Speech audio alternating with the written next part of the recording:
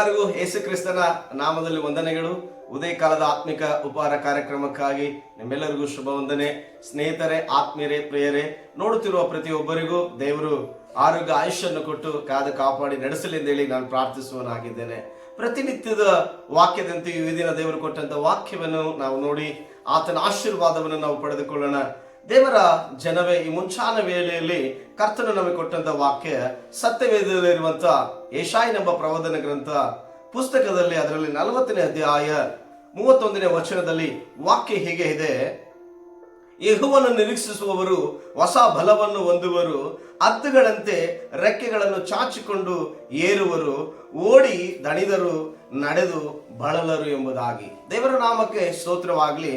ನೋಡ್ರಿ, ಇಲ್ಲಿ ಭಕ್ತನು ಹೇಳುತ್ತಿರುವಂತದ್ದು ದೇವರನ್ನು ನಿರೀಕ್ಷಿಸಿಕೊಂಡಿರುವಂತ ವ್ಯಕ್ತಿ ಯಾವ ರೀತಿಯಲ್ಲಿ ಇರ್ತಾನೆ ಎಂಬುದಾಗಿ ಒಬ್ಬ ಭಕ್ತನು ತನ್ನ ಜೀವಿತದಲ್ಲಿ ಅನುಭವಿಸಿದಂತ ಅನುಭವದಿಂದ ಈ ಮಾತುಗಳನ್ನು ಆತನು ಬರಿತಾ ಇದ್ದಾನೆ. ಏನೆಂಬುದಾಗಿ ನಾವು ನೋಡುವಾಗ, ಯಾರು ಕರ್ತನಾದ ಸೃಷ್ಟಿಕರ್ತನನ್ನು ನಿರೀಕ್ಷಿಸಿಕೊಂಡಿರ್ತಾರೋ, ಯಾರು ದೇವರ ಮೇಲೆ ನಿರೀಕ್ಷೆ ಉಳ್ಳವರಾಗಿರ್ತಾರೋ, ಅವರು ನಿಜವಾಗ್ಲಿ ನೋಡ್ರಿ ಹೇಗಿರ್ತಾರಂತೆ, ಹೊಸ ಬಲವನ್ನು ಹೊಂದಿಕೊಳ್ಳಲಿಕ್ಕೆ ಸಾಧ್ಯವಂತೆ. ಇಷ್ಟು ದಿನಗಳ ಕಾಲ ನೋಡುತ್ತಿರುವವರಾಗಿರಲಿ, ಯಾರೇ ಹೊಸವರು ಈ ದಿನ ನೋಡುತ್ತಿರುವವರಾಗಿರಲಿ, ನಿಮ್ಮ ಜೀವನದಲ್ಲಿ, ನಿಮ್ಮ ಆರ್ಥಿಕ ವಿಷಯದಲ್ಲಿ ಆಗಿರಲಿ, ನಿಮ್ಮ ದೇಹದ ವಿಷಯದಲ್ಲಿ, ನಿಮ್ಮ ಕುಟುಂಬದ ವಿಷಯಗಳಲ್ಲಿ ನೀವು ನಿಜವಾಗ್ಲಿ ಬಲಹೀನರಾಗಿದ್ದರೆ ದೇವರು ಈ ದಿನ ಹೇಳ್ತಾ ಇದ್ದಾನೆ, ದೇವರ ವಚನ ಈ ದಿನ ಹೇಳ್ತಾ ಇದೆ, ಒಬ್ಬ ಭಕ್ತನ ಹೇಳ್ತಾ ಇದ್ದಾನೆ, ನೋಡ್ರಿ, ನೀವು ದೇವರನ್ನು ನಿರೀಕ್ಷಿಸಿಕೊಂಡ್ರೆ, ಸೃಷ್ಟಿಕರ್ತನನ್ನು ನಿರೀಕ್ಷಿಸಿಕೊಂಡು ಆತನಲ್ಲಿ ನೀವು ಹೋಗುವುದಾದರೆ ಖಂಡಿತವಾಗಿ ಒಂದು ಹೊಸ ಬಲ, ಒಂದು ಹೊಸ ಆಶೀರ್ವಾದ, ಒಂದು ಹೊಸ ಕೃಪೆಯನ್ನು ಹೊಂದಿಕೊಳ್ಳಲಿಕ್ಕೆ ಸಾಧ್ಯವೋ. ಅದು ಯಾವ ರೀತಿಯಲ್ಲಿ ಅಂತಂದ್ರೆ ಹದ್ದಿನ ಹಾಗೆ ಅಂತೆ. ಹದ್ದು ನೋಡ್ರಿ, ನಿಜವಾಗ್ಲಿ ಲೋಕದಲ್ಲಿರುವ ಎಲ್ಲಾ ಪಕ್ಷಿಗಳಕ್ಕಿಂತ ಅದು ಉನ್ನತವಾಗಿ ಏರಿ ಹೋಗುವಂತ ಒಂದು ಪಕ್ಷಿ ಆಗಿದೆ.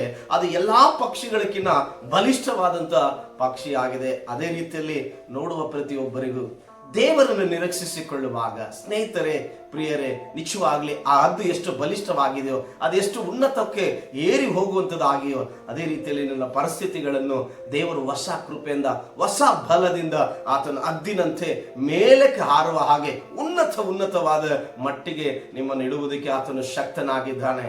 ಆ ಕಾರಣದಿಂದ ಲೋಕದಲ್ಲಿರುವ ಯಾರ ಮೇಲೆ ಕೂಡ ನೀನು ನಿರೀಕ್ಷೆ ಇಟ್ಟುಕೊಳ್ಳದೆ ದೇವರ ಮೇಲೆ ನಿರೀಕ್ಷೆ ಇಟ್ಟುಕೋ, ಸೃಷ್ಟಿಕರ್ತನ ಮೇಲೆ ನಿರೀಕ್ಷೆ ಇಟ್ಟುಕೋ. ಖಂಡಿತ ನಾನು ಹೇಳುತ್ತೇನೆ, ನಿನ್ನ ಸೇವೆ ವಿಷಯದಲ್ಲಾಗಿರಲಿ, ನಿನ್ನ ಕೆಲಸ ಕಾರ್ಯಗಳ ವಿಷಯದಲ್ಲಾಗಲಿ, ನಿನ್ನ ಪ್ರತಿಯೊಂದು ವಿಷಯದಲ್ಲಿಯೂ ದೇವರು ನಿನ್ನ ಹದ್ದಿನ ಹಾಗೆ ಉನ್ನತವಾಗಿರುವುದಕ್ಕೆ ಆತನು ಶಕ್ತನಾಗಿದ್ದಾನೆ. ಅದಕ್ಕೆ ವಚನ ಹೇಳ್ತದೆ, ಓಡಿದರು ದಣಿಯರು, ನಡೆದರು ಬಳಲರು ಎಂಬುದಾಗಿ. ನಿಜವಾಗ್ಲಿ ಮಾಡುವ ಪ್ರತಿ ಕಾರ್ಯದಲ್ಲಿ ಕೂಡ ಎಂದಿಗೂ ಕೂಡ ನಮಗೆ ನಿಜವಾಗ್ಲಿ ಒಂದು ಅಸಮಾಧಾನ ಬರದಂತೆ ದೇವರು ಸಂತೋಷದಿಂದ ನಮ್ಮನ್ನು ನಡೆಸುವುದಕ್ಕೆ ಆತನು ಶಕ್ತನಾಗಿದ್ದಾನೆ. ಆ ಕಾರಣದಿಂದ ಸ್ನೇಹಿತರೆ, ಈ ಮುಂಚಾನೆ ಹೇಳುವ ಈ ವಾಕ್ಯವನ್ನು ನಿಮ್ಮ ಹೃದಯದಲ್ಲಿ ಇಟ್ಟುಕೊಂಡು ದೇವರ ಮೇಲೆ ನಿರೀಕ್ಷೆ ಇಟ್ಕೊಳ್ರಿ, ಹೊಸ ಬಲವನ್ನು ಹೊಂದಿಕೊಂಡ್ರಿ. ದೇವರು ನಿಮ್ಮನ್ನು ಆಶೀರ್ವಾದ ಮಾಡಲಿ. ನಿಮಗಾಗಿ ನಾನು ಪ್ರಾರ್ಥಿಸುವನಾಗಿದ್ದೇನೆ. ಪರಲೋಕದಲ್ಲಿರುವ ಒಳ್ಳೆಯ ತಂದೆಯೇ, ಈ ಮುಂಚಾನ ವೇಳೆ ನೀನು ಕೊಟ್ಟಂತ ವಾಕ್ಯದ ಮೇರೆಗೆ ನೋಡುವ ಪ್ರತಿಯೊಬ್ಬರ ಜೀವನದಲ್ಲಿ ಕರ್ತನೆ, ನೀನು ಹೊಸ ಬಲವನ್ನು ಕೊಟ್ಟು ಅವರೆಲ್ಲರೂ ನಿನ್ನನ್ನು ನಿರೀಕ್ಷಿಸಿಕೊಂಡು ಕರ್ತನೆ ಹದ್ದಿನಂತೆ ಉನ್ನತವಾಗಿ ಕರ್ತನೆ ಅವರು ದೇವರ ಈ ಲೋಕದಲ್ಲಿ ಆತ್ಮಿಕದಲ್ಲಿ, ದೇಹದಲ್ಲಿ, ಆರ್ಥಿಕದಲ್ಲಿ ಉನ್ನತವಾಗಿ ಏರಿ ಜೀವಿಸುವಂತೆ ಅವರನ್ನು ಆಶೀರ್ವಾದ ಮಾಡು ಕರ್ತನೆ.